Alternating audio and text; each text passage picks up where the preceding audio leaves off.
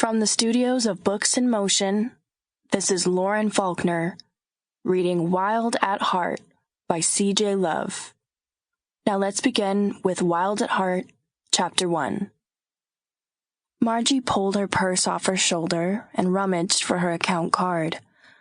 Looking down, she didn't see a man rush through the bank's front entrance and race toward the stairs. She never saw him at all, till she bounced off his hard chest. She sat where she landed on the tile floor. The man fell too, in a crooked manner, his head landing near Margie's shoulder.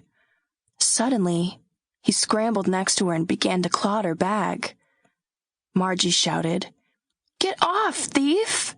while she slapped at him with her open palms. "Hey, you!" the receptionist shouted. "Stop! You thug!" Realizing the mugger still clutched her bag, Margie got to her knees to tug at her purse with all her strength. "You're choking me," he gasped. "You're choking." The receptionist, a chesty woman stuffed into a blue dress, climbed on top of her desk and heaved a candy dish at the thief's head. Once he lost consciousness, Margie realized that her purse strap was wound tightly around his throat. Gingerly, she lifted the leather and let the man's head fall back against the receptionist's desk. The thunk sounded like a hatchet to wood. Margie didn't have any sympathy for the thief. "That's what you get for stealing my purse!" 10 seconds later, Alex came to with his throat on fire. He tried to open his eyes, but the sun streaming through a skylight felt like a knife to his brain. Blinking, he saw a woman on top of a desk. She threw candy at him. Sitting up, he brushed bite-sized Snickers bars out of his hair, and then he saw her, or at least the wavy outline of the blonde who'd tackled and strangled him. He croaked, "You lassoed me." "What's he mumbling?" the blonde asked. Rolling to his side, Alex growled, "I wasn't trying to steal your purse." His hand went to the desk's edge, and he pulled himself to his feet. Now he confronted his assailant. He'd imagined a pro wrestler had dragged him down, or a football player, but standing before him was a petite girl, no more than 23 or 24 years old. She looked slender in a dark orange wispy dress that showed off her brown legs. Golden hair cascaded past her tan shoulders.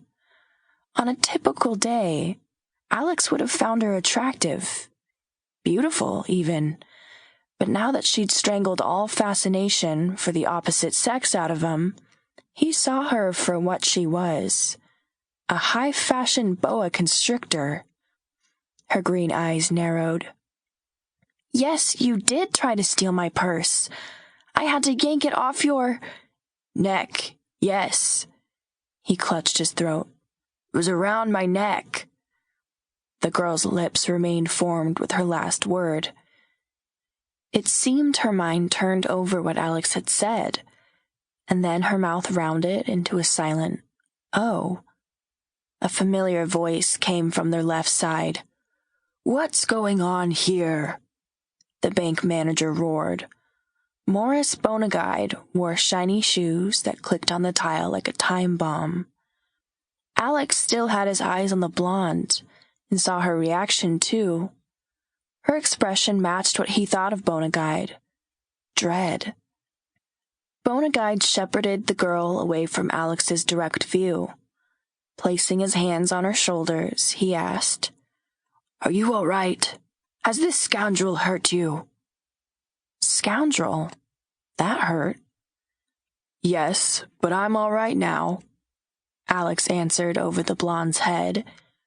"Not you," Bonaguide bellowed, and then bent to see the girl face to face. "Margie, what happened?" "She tried to kill me, that's what happened." The blonde twisted around and blinked at Alex. She caught him. Sample complete. Ready to continue?